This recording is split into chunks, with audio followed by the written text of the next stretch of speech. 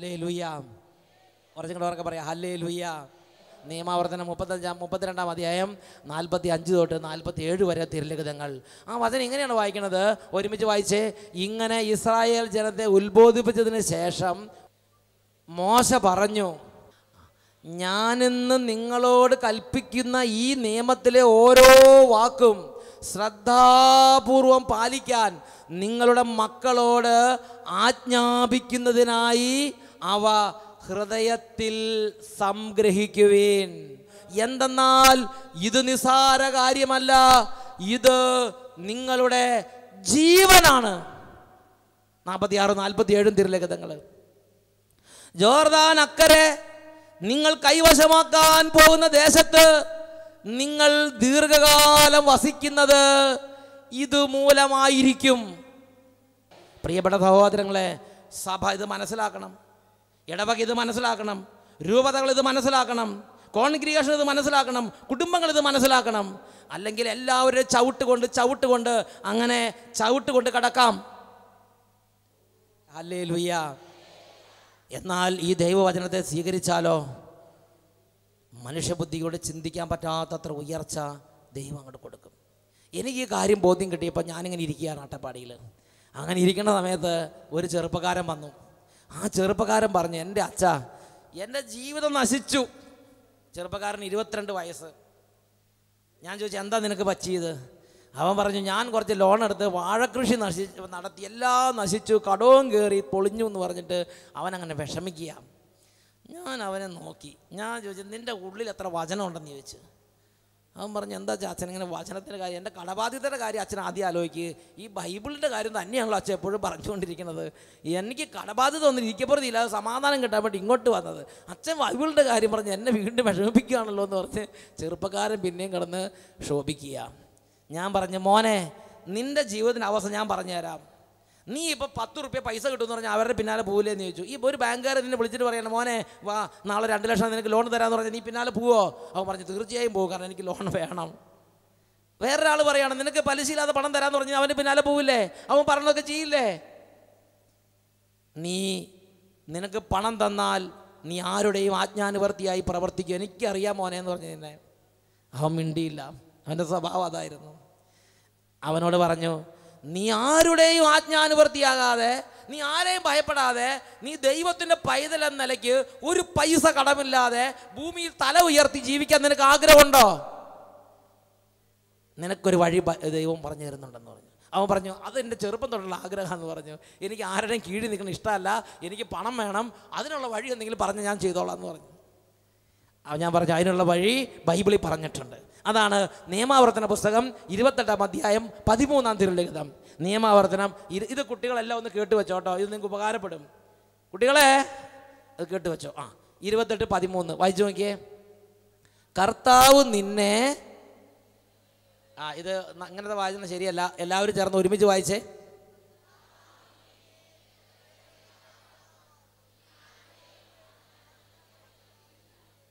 ഇന്ന് ഞാൻ നിനക്ക് നൽകുന്ന നിന്റെ ദൈവമായ കർത്താവിൻ്റെ കൽപ്പനകൾ ശ്രവിച്ച്, കൽപ്പന എന്ന് പറഞ്ഞ വചനം, ഇന്ന് ഞാൻ നിനക്ക് നൽകുന്ന നിന്റെ ദൈവമായ കർത്താവിൻ്റെ വചനം ശ്രവിച്ച് നിനക്ക് അഭിവൃദ്ധി ഉണ്ടാവും. നിനക്ക് ഒരിക്കലും അധോഗതി എന്ന് പറഞ്ഞാൽ എന്താ?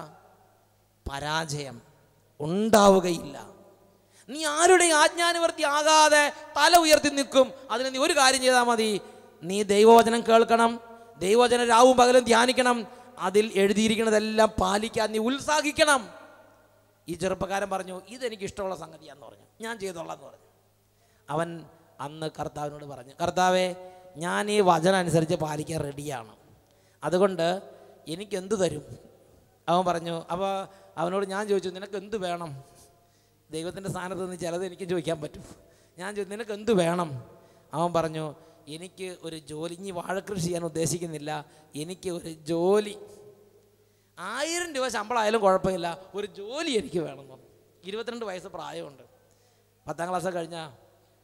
അപ്പോൾ ഞാൻ പറഞ്ഞു, നീ വചനം പാലിച്ചു നിനക്ക് ജോലി കിട്ടുമെന്ന് പറഞ്ഞു. അവൻ കർത്താവിനോട് പറഞ്ഞു, ഞാൻ ഇനി വചനം പാലിച്ച് ജീവിച്ചോളാം, എനിക്ക് ജോലി വേണമെന്ന് പറഞ്ഞു. ധ്യാനം കഴിഞ്ഞു ഒരാഴ്ച കഴിഞ്ഞില്ല, അവന് നല്ല ജോലി. കൃത്യം 1000 രൂപ ശമ്പളം. നിങ്ങൾ കർത്താവിനോട് കാര്യം പറയുമ്പോൾ സൂക്ഷിച്ച് പറയണം. ഈ 1000 എനിക്ക് ഈ 1000 ആയാലും കുഴപ്പമില്ല, കർത്താവിന് നഷ്ടം കാണാൻ അവിടെ കാണാൻ പട്ടിണി വരുമെന്ന് വിചാരിച്ച് കുറയ്ക്കണ്ട, ആവശ്യത്തിന് പൈസ പറഞ്ഞോളണം. പ്രൈസല്ലോ. 1000 രൂപ കിട്ടി എങ്ങനെ കുടുംബം പുലർത്തും? ആ സമയത്ത് 50,000 എന്ന് പറഞ്ഞില്ലെങ്കിൽ അത് കിട്ടിയാനേ. ഉറക്കെ പറഞ്ഞ ഹല്ലേലൂയ. അവന് പിറ്റേ ആഴ്ച ജോലി 1000 രൂപ ശമ്പളം, ഒരു കടയിൽ പിണ്ണാക്ക് പൊതിഞ്ഞു കൊടുക്കണ ജോലിയാണ്. അവൻ കൃത്യമായി ദശാംശം 1000 രൂപ കിട്ടിയ ദശാംശം എത്രയാ? ഈ ദശാംശം എന്ന് പറഞ്ഞ സാധനം അറിയാൻ പാടില്ലല്ലേ? അയ്യോ, ഇവിടെ അടിത്തറ തൊട്ട് ആദ്യം തൊട്ട് എല്ലാം പണിയണല്ലോ വെച്ചാ. ദശാംശം 1000 രൂപ കിട്ടിയാൽ നമുക്ക് എത്ര രൂപ ഉപയോഗിക്കാൻ അനുവാദമുണ്ട്? നമുക്ക് 900 രൂപ ഉപയോഗിക്കാൻ അനുവാദമുള്ളൂ. 100 രൂപ നമ്മുടെ അല്ല. അത് വേഗം കൊണ്ടുവന്ന് പള്ളിയിൽ കൊടുക്കണം. അവൻ 1000 രൂപ കിട്ടുമ്പോൾ അവൻ ആദ്യം ചെയ്യണത് ഏറ്റവും നല്ല പുത്തൻ നോട്ട് 100 മാറ്റി വെക്കും. അത് നമ്മുടെ അല്ല, 900 രൂപ അവൻ ഉപയോഗിക്കും, 100 മാറ്റി വെക്കും. എന്നിട്ട് പള്ളിയിൽ പോകുമ്പോൾ അവന് പള്ളിയിൽ കൊടുക്കും. അവൻ ആ ഒരു വർഷം മുഴുവൻ കഴിഞ്ഞിട്ട് പിറ്റേ വർഷം ധ്യാനം കൂടാൻ വന്നിട്ട് പറഞ്ഞു, അച്ഛാ ഭയങ്കര സന്തോഷമായി, 1000 രൂപയുടെ ശമ്പളം കിട്ടി. ഇനി ഞാൻ ഒരു കാര്യം മനസ്സിലാക്കുന്നു, ദൈവവചനം പഠിച്ചാൽ ഭയങ്കര ഉയർച്ച കിട്ടുമെന്ന് എനിക്ക് മനസ്സിലായതുകൊണ്ട് ഇനി എനിക്ക് ഒരാളുടെ കീഴിൽ ജോലിക്ക് നിൽക്കുന്നത് എനിക്ക് ഇഷ്ടമല്ല. എനിക്ക് സ്വന്തം ഒരു ബിസിനസ് അട്ടപ്പാടി തരണം.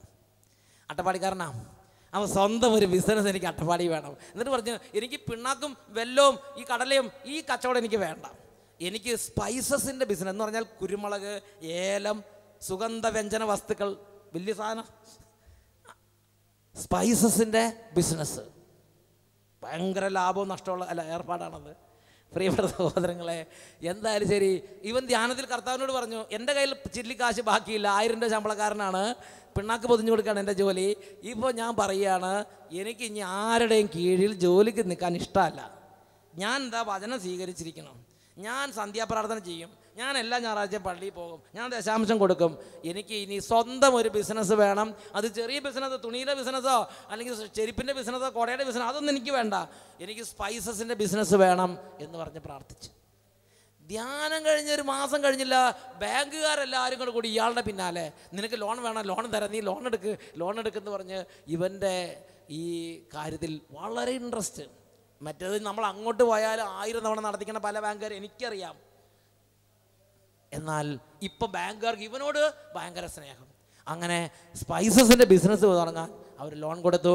അട്ടപ്പാടിയിൽ സ്പൈസസിൻ്റെ ബിസിനസ് ആരംഭിച്ചു. ഭയങ്കര ഉയർച്ച. പല ബിസിനസ്സുകാരോടുണ്ട് പൊളിഞ്ഞു പോണവർ, പക്ഷേ ഇവരുടെ ബിസിനസ് നല്ല ഉയർച്ച. അതിൻ്റെയൊക്കെ ദശാംശം വേഗം വേഗം പള്ളി കൊണ്ട് കൊടുക്കും. ഞായറാഴ്ച എല്ലാം ക്ലോസ് ചെയ്തിട്ട് ഒറ്റ പണിക്കാരെ ആ കോമ്പൗണ്ട് ഞാൻ കയറ്റില്ല. ഞായറാഴ്ച സാപത്താണ്, ഒരാൾ ചെയ്യാൻ പാടില്ല. അങ്ങനെ എല്ലാം കൃത്യമായി ചെയ്ത് പ്രിയപ്പെട്ട സഹോദരങ്ങളെ, പിറ്റേ വർഷം അവൻ ദശാംശം അടച്ച് അവൻ വന്ന് പറഞ്ഞു, ഇനി എനിക്ക് കർത്താവേ അട്ടപ്പാടിയിൽ ബിസിനസ് വേണ്ട. ഈ ഇന്ത്യ രാജ്യത്ത് എത്രയോ വലിയ വലിയ പട്ടണങ്ങൾ, ഈ എറണാകുളമോ തിരുവനന്തപുരം അവൻ്റെ മുമ്പിൽ പട്ടണമൊന്നും അല്ല, തീരെ ചെറുത്. അവൻ പറഞ്ഞു ബോംബെ, പിന്നെ എവിടെയാ, കൽക്കട്ട, മദ്രാസ്, ഗോവ, അവിടെ ഏതെങ്കിലും വലിയ ഇന്ത്യയിലെ തലയെടുപ്പുള്ള ഒരു പട്ടണത്തിൽ എനിക്കൊരു ബിസിനസ് തരൂ. പ്രിയപ്പെട്ട സഹോദരങ്ങളെ, 2 ആഴ്ച കഴിഞ്ഞില്ല, അവനപ്പോൾ ബിസിനസ് എവിടെ വേണമെന്ന് നിശ്ചയിക്കാൻ പോവുക. നിങ്ങൾ ചിന്തിച്ചോണ്ട് ഇവൻ്റെ സ്ഥിതി, 1000 രൂപ പിണ്ണാക്ക് പൊതിഞ്ഞു വന്നിരിക്കുന്ന ആളാന്ന് ഓർക്കണം. ഇവൻ ബോംബെ, കൽക്കട്ട, മദ്രാസ്, ഗോവ എവിടെയാണ് ബിസിനസ് വേണ്ടതെന്ന് ഫിക്സ് ചെയ്യാൻ പോവുക. അങ്ങനെ ഉള്ള പൈസ എടുത്താവും പോയി. അവൻ ഗോവയിൽ ഇറങ്ങിയപ്പോൾ ഒരുപാട് വിദേശികൾ വന്ന് കയറി ഇറങ്ങാൻ ചെയ്യുന്ന ഒരു വൻകിട ഒരു സ്ഥാപനം കണ്ട് അവൻ അത് ഇഷ്ടപ്പെട്ടു. അത് പറഞ്ഞതാ, ഇതിനകത്ത് എനിക്ക് ജോലി തരണം എന്ന് പറഞ്ഞു. അവൻ അവിടെ ഒരു സംഗതിയുടെ ഹെഡ് ഓഫീസറായിട്ട് അവന് ജോലി, നല്ല ശമ്പളം. പ്രിയപ്പെട്ട സഹോദരങ്ങളെ, പിറ്റേ വർഷം അവൻ ഗോവയിൽ നിന്ന് കുറേ ഗുണ്ടകളെ അവനത് യേശുവിൻ്റെ കാര്യം അവന് ഇഷ്ടം. അതുകൊണ്ട് ഗുണ്ടകളെ എല്ലാം കൂടി അധോലോക ഗുണ്ടകളെ ധ്യാനത്തിന് കൊണ്ടുവരുന്ന ജോലിയായി ഇവൻ അവൻ്റെ ജോലി. ദശാംശം കൊണ്ടുവന്ന് തരിക, ഗുണ്ടകളെ കൊണ്ടുവന്ന് തരിക, ഇതായിരുന്നു അവൻ്റെ ജോലി. അത് കഴിഞ്ഞ് കുറച്ച് കഴിഞ്ഞപ്പോൾ ഇവൻ പറഞ്ഞു, 1 വർഷം അവർ ജോലി ചെയ്തു, നല്ല ശമ്പളം കിട്ടി. അപ്പോൾ അവൻ പറഞ്ഞു, ഇനി എനിക്ക് ജോലി ഈ സ്ഥാപനത്തിൽ ഇതേപോലെ ഒരു സ്ഥാപനം ഗോവയിൽ എനിക്ക് വേണം. ചിന്തിച്ചു നോക്ക്. പിറ്റേ വർഷം അവനവിടെ സ്ഥാപനം കിട്ടി. 22-ാമത്തെ വയസ്സ് തുടങ്ങിയതാ. 21-ലോ 18-ലോ ആ ഒരു കാലഘട്ടം, 20 ആ കാലഘട്ടത്തിൽ 26 വയസ്സായപ്പോൾ എന്ന് പറഞ്ഞാൽ കല്യാണം കഴിയുന്നതിന് മുമ്പ് ഞാൻ അവനെ ഒരു ദിവസം കണ്ടു. അപ്പം പറയാണ്, പ്രതിമാസം 2.5 ലക്ഷം രൂപ ലാഭമുള്ള, കീഴിൽ 60 സ്റ്റാഫ് വർക്ക് ചെയ്യുന്ന 2-3 സ്ഥാപനങ്ങളുള്ള ഒരു ബിസിനസ് ഓണറായി ഗോവയിൽ അവൻ വിരാജിക്കുക. കൈയടിച്ച് കർത്താവിന് നന്ദി പറയാം. ഒന്നുറക്കെ പറഞ്ഞ ഹല്ലേലൂയ. അപ്പോഴും അവൻ ദൈവവചനത്തെ മാനിച്ചു. അവൻ പറഞ്ഞു ഇതിൻ്റെ എല്ലാം തുടക്കം ദൈവവചനമാണ്. അതുകൊണ്ട് അവൻ ഗോവയിൽ നിന്ന് വന്നാൽ ആദ്യം എന്ന് പറയണത് എങ്ങനെയാണ്? ഇവിടെ വിറക് കീറാനോ വെള്ളം കോരാനോ കക്കൂസ് കഴുകാനോ ഞാൻ 1 മാസം ഇവിടെ ഉണ്ടാവും. ഇവിടെ കക്കൂസ് കഴുകാനോ വെള്ളം കോരാനോ വിറക് എന്ത് വേണം, പുസ്തകം കൊണ്ടുകിടന്ന് ചുമന്ന് കൊണ്ടുകിടന്ന് കൊടുക്കാനോ, എൻ്റെ കർത്താവിൻ്റെ വചനം പ്രചരിപ്പിക്കാൻ എന്ത് ജോലി ഉണ്ടെങ്കിലും ഞാൻ ചെയ്തോളാം. എൻ്റെ മക്കളും എൻ്റെ അല്ലെങ്കിൽ അങ്ങനെയുള്ള മാതാപിതാക്കന്മാരൊന്നുമല്ല, എനിക്ക് എൻ്റെ കർത്താവിൻ്റെ വചനമാണ് പ്രധാനപ്പെട്ടതെന്ന് പറഞ്ഞ് അവൻ നാട്ടിൽ വന്നാൽ ആദ്യം വചന ശുശ്രൂഷയ്ക്ക് അവൻ്റെ 1 ആഴ്ച 2 ആഴ്ച മാറ്റി വെക്കും. പിന്നെയാണ് മാതാപിതാക്കന്മാരുടെ അടുത്തേക്ക് പോണത്. പ്രിയപ്പെട്ട സഹോദരങ്ങളെ, പിന്നെ അവൻ്റെ കല്യാണം കഴിച്ചപ്പോൾ അവന് പറഞ്ഞു ഇങ്ങനത്തെ ചെറിയ വരുമാനം കൊണ്ടൊന്നും കാര്യമില്ല, മാസം 2.5 ലക്ഷം എന്ന് പറഞ്ഞാൽ ഒന്നുമല്ല. അതുകൊണ്ട് എനിക്കിനി വേറെ നല്ല രാജ്യത്തേക്ക്, മലയാളികൾ അധികം ഇല്ലാത്ത സായിപ്പന്മാർ തന്നെയുള്ള ഏതെങ്കിലും രാജ്യത്തേക്ക് എന്നെ ജോലിക്ക് വിട്ടാൽ തിരക്കടില്ല. മലയാളി ഇല്ലാത്ത രാജ്യം അന്വേഷിച്ച് വലഞ്ഞ് ഒരുവിധം പണമുള്ള രാജ്യങ്ങളിലൊക്കെ മലയാളി കയറിക്കൂടിയിട്ടുണ്ട്. അവസാനം റഷ്യയുടെ ഏതോ ഭാഗത്ത് ധാരാളം എണ്ണ ഖനനം ചെയ്യുന്ന ഒരു പ്രദേശമുണ്ട്, അവിടെ മലയാളികൾ അധികം എത്തിയിട്ടില്ല. അങ്ങനെ അവിടെ അവൻ പറഞ്ഞു ഇവിടെ മലയാളികളില്ല, ഇവിടെ എനിക്ക് വേണമെന്ന് പറഞ്ഞു. ദൈവം അവിടെ ജോലി കൊടുത്തു. കസാക്കിസ്ഥാൻ ഒരു എണ്ണ ഖനനം ചെയ്യുന്നൊരു വലിയൊരു ഭാഗമുണ്ട് റഷ്യയുടെ ഒരു ഭാഗത്ത്, അവിടെ അധികം മലയാളികളില്ലാത്തൊരു ഏരിയയാണ്. അവൻ അവിടെ ജോലിയല്ല അവൻ്റെ സ്ഥാപനം അവിടെ തുടങ്ങി. പ്രിയപ്പെട്ട സഹോദരങ്ങളെ, അങ്ങനെ അടിക്കടി ദൈവം അവൻ അനുഗ്രഹത്തെ ഉയർത്തി. ഇപ്പോഴും നാട്ടിൽ വന്നാൽ അനുഷ്ഠ കല്യാണം 26-ാമത്തെ വയസ്സ് കല്യാണം കഴിഞ്ഞു. അത് നാട്ടിൽ വന്നാൽ മക്കളെയോ ഭാര്യയോ അപ്പനെയോ അമ്മയെയോ സ്നേഹിക്കുന്നവളോ 1-ാം സ്ഥാനത്ത് ദൈവത്തെയും ദൈവവചനത്തെ സ്നേഹിക്കും.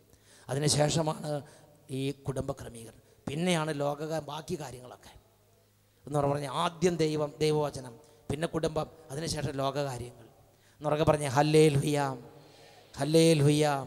എപ്പോഴും അവൻ പറഞ്ഞ കാര്യമുണ്ട്, എൻ്റെ ദൈവത്തിൻ്റെ വചനത്തെ അറിയാത്ത നാളുകളിൽ ഞാൻ കുത്തുവാളയെടുത്ത് അട്ടപ്പാടി കൂടെ നടന്നു. എൻ്റെ ദൈവത്തിൻ്റെ വചനം അറിഞ്ഞപ്പോൾ എൻ്റെ ദൈവം പറഞ്ഞിരിക്കുന്നത് പോലെ തന്നെ വാഗ്ദാനപ്രകാരം തന്നെ എൻ്റെ ദൈവം എന്നെ ഉയർത്തി രാജ്യങ്ങളിലൂടെ എന്നെ നടത്തി. വലിയ പ്രതിഫലം നൽകി. യാക്കോബിൻ്റെ ഓഹരി കൊണ്ട് എൻ്റെ ദൈവം എന്നെ പരിപാലിച്ച് എല്ലാ സ്ഥലത്തും വിജയം മാത്രം.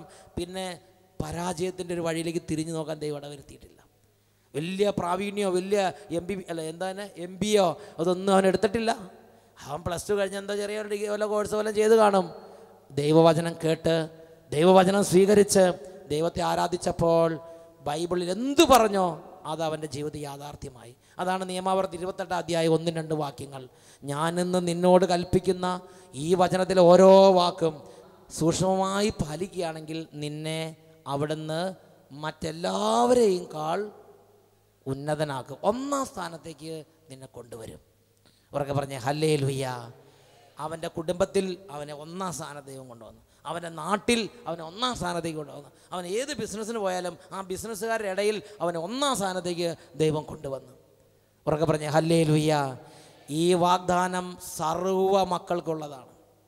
നമ്മൾ വചനം അനുസരിക്കാതെയും വചനം കേൾക്കാതെയും വചനത്തെ മാനിക്കാതെ ഒരു അച്ഛൻ എന്ന നിലയിൽ വചനം ശ്രദ്ധിക്കാതെ നടന്ന കാലങ്ങൾ എനിക്കറിയാം.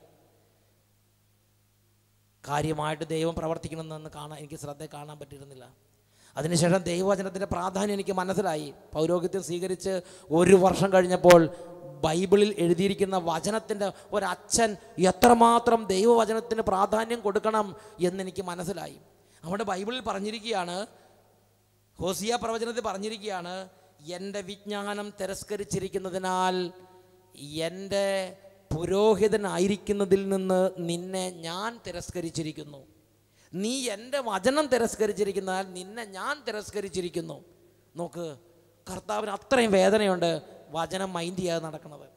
ഒരച്ഛനോട് പുരോഹിതനോട് പറയുകയാണ്, പുരോഹിത, ഹോസിയ പ്രവചനത്തിലാണ് പറയണത് 6-ാമത്തെ അധ്യായത്തിൽ, നീ എൻ്റെ വചനം തിരസ്കരിച്ചിരിക്കുന്നതിനാൽ ഞാൻ നിന്നെ ഉപേക്ഷിച്ചിരിക്കുന്നു എന്ന് പറയണത്. അത്രയും ദൈവം മാനിക്കുന്ന, ദൈവം വില കൊടുക്കുന്ന ഒരു കാര്യമാണ് ദൈവവചനം.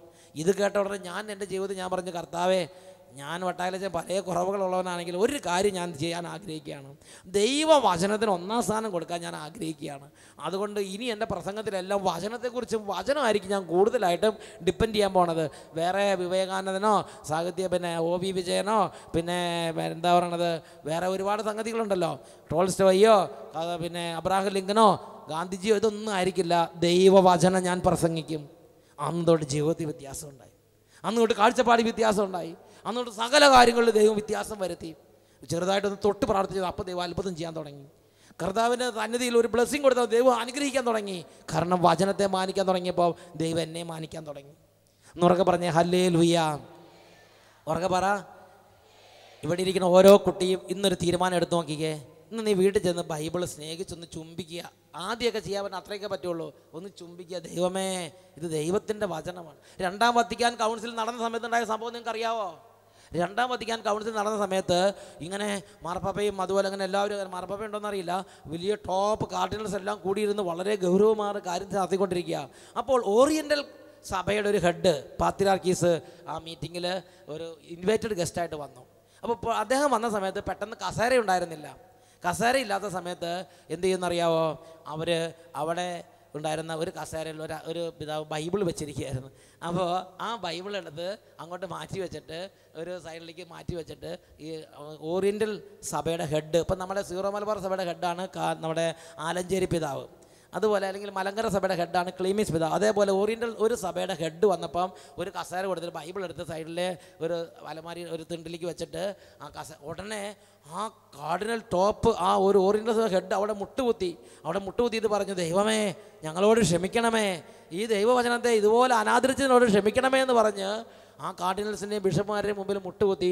അത് അല്ലെങ്കിൽ അദ്ദേഹം അതിനെക്കുറിച്ച് ഒരുപാട് ഗൗരവത്തിൽ സംസാരിച്ചിട്ട് പറഞ്ഞു, ദൈവവചനവും വിശുദ്ധ കുർബാനയും നമ്മെ സംബന്ധിച്ച് ഒരുപോലെയാണ്. ദൈവവചനവും വിശുദ്ധ കുർബാന എടുത്തിങ്ങനെ താഴേക്ക് മാറ്റി വെച്ച് ഇവിടെ കയറിയിരുന്നോളാം നമ്മൾ പറയുമോ? അതുപോലെ തന്നെയാണ് വിശുദ്ധ കുർബാനയെ പോലെ തന്നെ ദൈവവചനത്തെയും നമ്മൾ മാനിക്കണമെന്ന് രണ്ടാം വത്തിക്കാൻ കൗൺസിൽ അതിനുശേഷം അവർ ഗൗരവത്തിൽ ചിന്തിച്ച് അതൊരു ഒരു ഒരു ഉത്ബോധനമായിട്ട് അവർ സ്വീകരിച്ച്. വിശുദ്ധ കുർബാന പോലെ തന്നെ ഒരു വിശ്വാസി ദൈവവചനത്തെ സ്വീകരിക്കണം, അതിനെ ആദരിക്കണം, അത് ആദരപൂർവ്വം വായിക്കണം, അതിനെ ബഹുമാന്യമായി കുടുംബത്തിൽ പ്രതിഷ്ഠിക്കണം, അതിനെ ബഹുമാന്യമായി നമ്മുടെ മുറിയിൽ നമ്മൾ സൂക്ഷിക്കണം, അലങ്കരിച്ച് വെക്കണം. നമുക്ക് ഇഷ്ടമുള്ള സമയത്ത് അങ്ങോട്ട് മാറ്റി വെച്ച് ഇങ്ങോട്ട് മാറ്റി വെച്ച് കാലിൻ്റെ ചവിട്ടിലും വെച്ച് അല്ലെങ്കിൽ ആ ജനലിലേക്ക് എടുത്ത് വെച്ച് അല്ലെങ്കിൽ അപ്പുറത്തേക്ക് ആ വണ്ടിയുടെ സീറ്റിലേക്ക് അല്ലെങ്കിൽ ആ സീറ്റിൻ്റെ അടിയിലേക്ക് മാറ്റി വെച്ച് നമുക്ക് ബാക്കിയുള്ളവർക്കെല്ലാം സീറ്റ് കൊടുത്ത് ബൈബിൾ എടുത്ത് മൂലെ തള്ളുന്ന ആ രീതി ദൈവനിന്ദ രീതിയാണ്. ഉറക്കെ പറയാം ഹല്ലേലൂയ. കുറച്ചുകൂടെ ഉറക്കെ പറഞ്ഞേ ഹല്ലേലൂയ. ഈ നിമിഷങ്ങളിൽ ഒന്ന് എഴുന്നേറ്റ് നിൽക്കാം. ഇന്ന് രാത്രി നമ്മൾ കർത്താവിനോട് പ്രാർത്ഥിക്കുകയാണ്, കർത്താവേ, ഈ ദൈവവചന ശുശ്രൂഷ നടക്കുമ്പോൾ ഇവിടെ സിനിമാ കഥ പറയുകയല്ല ചെയ്യുന്നത്, ഇവിടെ നാടകം നടക്കുകയല്ല ചെയ്യുന്നത്. എനിക്ക് ഇഷ്ടമുള്ള സമയത്ത് വന്ന് ഇഷ്ടമുള്ള സമയത്ത് പോകാൻ, ഒരു മാർക്കറ്റിലേക്ക് പോകണം ലാഘബുദ്ധിയോടെ വരാൻ എനിക്കും എൻ്റെ കുടുംബത്തിന് ഇടവരാതിരിക്കട്ടെ എന്ന് പറഞ്ഞ് മക്കളെ പ്രാർത്ഥിക്ക്. നമ്മൾ ചെയ്യുന്ന പ്രവർത്തികൾ പാപമാണോ പുണ്യമാണോ ദൈവവചന അടിസ്ഥാനത്തിലാണ് മാനദണ്ഡത്തിലാണ് തട്ടിച്ചു നോക്കേണ്ടത്. എനിക്കങ്ങനെ തോന്നി, ഞാനങ്ങനെ ചെയ്തു, എന്നോട് ഇവിടെ പറയാൻ ആരുമില്ലെന്ന് വിചാരിച്ച് തോന്നിയത് ചെയ്യുന്നത് നന്നല്ല. ഇടവക ദേവാലയത്തിലേക്ക് പോകുമ്പോഴാണെങ്കിലും ഒരു വചന ശുശ്രൂഷയോട് സംബന്ധിച്ച് നമ്മുടെ മനോഭാവത്തിൽ നമ്മൾ ഗൗരവത്തിൽ ആലോചിക്കണം. എന്നൊക്കെ പറഞ്ഞ് ഹല്ലേലൂയ ഹല്ലേലൂയ. അതുകൊണ്ട് ഇന്ന് രാത്രി നമ്മൾ കർത്താവിനോട് പ്രാർത്ഥിക്കുകയാണ്, ദൈവവചനമേ എൻ്റെ മിഴികളിൽ വഴിവിളക്കായി തെളിയണമേ, എൻ്റെ പാതയ്ക്ക് പ്രകാശമായി അവിടെ നിന്ന് തെളിയണമേ. ബൈബിൾ ക്വിസ് നടത്താനും മത്സരത്തിൽ പങ്കെടുക്കാനും ബൈബിൾ വായിക്കുന്നത് അതല്ല പ്രധാനപ്പെട്ട കാര്യം. എൻ്റെ കർത്താവിൻ്റെ ആത്മാവും ജീവനുമാണിത്. എൻ്റെ ഹൃദയത്തിലേക്ക് എൻ്റെ ജീവിതത്തിൻ്റെ നിത്യരക്ഷയ്ക്ക് ആധാരമായി എൻ്റെ വചനത്തെ സ്വീകരിക്കണം, ജീവിതത്തിൻ്റെ മാനദണ്ഡമായി സ്വീകരിക്കണം. ഇത് വെച്ച് ജീവിതത്തെ തട്ടിച്ച് നോക്കണം, ഒരു കണ്ണാടി പോലെ ഇതിൽ നോക്കി ജീവിതത്തെ രൂപാന്തരപ്പെടുത്തിക്കൊണ്ടിരിക്കണം. ദൈവം വിളിക്കുകയാണ്, രണ്ട് കരങ്ങളും കൂപ്പി പിടിക്കാം. ദൈവവചനമേ എൻ്റെ വഴികളിൽ പ്രകാശമായി തെളിയണമേ. ധ്യാനിച്ച് നമുക്ക് പ്രാർത്ഥിക്കാം. വചനമേ എൻ്റെ മിഴികളിൽ വഴിവിളക്കായി തെളിയണേ. രണ്ട് കരങ്ങൾ ഉയർത്തി. വചനമേ എൻ്റെ മിഴികളിൽ ദൈവവചനമേ വഴിവിളക്കായി തെളിയണേ. രണ്ട് കരങ്ങൾ ഉയർത്തി കുട്ടികളും മുതിർന്നവരും ഒരുമിച്ച് ഉറക്കെ വിളിക്കുന്നു, ഹല്ലേലൂയ ഹല്ലേലൂയ ഹല്ലേലൂയ. ദൈവവചനമേ ദൈവവചനമേ എൻ്റെ വഴികളിൽ പ്രകാശമായി മാറണമേ. എൻ്റെ കണ്ണുകൾക്കും എൻ്റെ പാദങ്ങൾക്കും വിളക്കായി മാറണമേ. എൻ്റെ ജീവിതത്തിൻ്റെ പാതകളിൽ പ്രകാശമാകണമേ. കൈകൾ ഉയർത്തി ഉറക്കെ വിളിക്കുന്നു, ദൈവവചനമേ.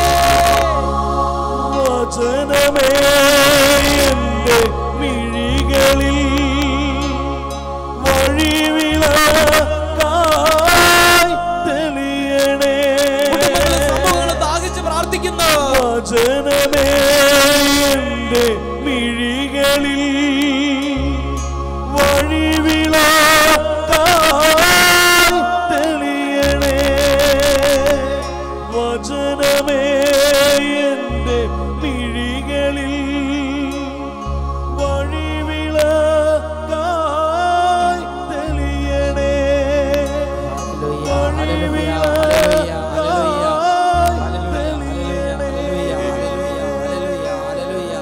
കരങ്ങൾ ഉയർത്തി സ്തുതിക്കുന്നു. Hallelujah, hallelujah. കർത്താവേ, ഈ സായാഹ്നത്തിൽ ഓരോ കുടുംബങ്ങളിലേക്ക് അഭിഷേകം നിറയ്ക്കണമേ. ഓരോ ഹൃദയങ്ങളിലേക്ക് അഭിഷേകം നിറയ്ക്കണമേ. ഓരോ ജീവിതങ്ങളിലേക്ക് അഭിഷേകം നിറയ്ക്കണമേ. ഓരോ സമൂഹങ്ങളിലേക്ക് ജീവൻ നിറയ്ക്കണമേ. കർത്താവേ, ഈ ലോകത്തിൻ്റെ ഏതെങ്കിലും അരൂപികൾ, ലോകത്തിന് അനുരൂപരാകാൻ നിർബന്ധിക്കുന്ന ഏതെങ്കിലും അരൂപികളുടെ പീഡ ഈ ദൈവമക്കൾ അലട്ടുന്നുണ്ടെങ്കിൽ ഈ ദൈവമക്കളിൽ നിന്ന് ആ പീഡകളും അതിൻ്റെ ആധിപത്യങ്ങളും വിട്ടുമാറി കുടുംബങ്ങളും വംശങ്ങളും ദേശങ്ങളും വിടുതൽ പ്രാപിക്കട്ടെ. കർത്താവേ, ഹല്ലേലൂയ, ഹല്ലേലൂയ. യേശുവേ, യേശുവേ, യേശുവേ, യേശുവേ, യേശുവേ, യേശുവേ, യേശുവേ, യേശുവേ, യേശുവേ. Hallelujah, hallelujah, hallelujah.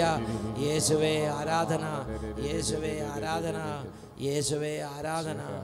ഈശോയുടെ അത്ഭുതമായ നാമത്തിൽ അനുഗ്രഹിക്കുന്നു, ഇപ്പോഴും എപ്പോഴും എന്നേക്കും. ഉറക്കെ ആമേൻ. Praise the Lord.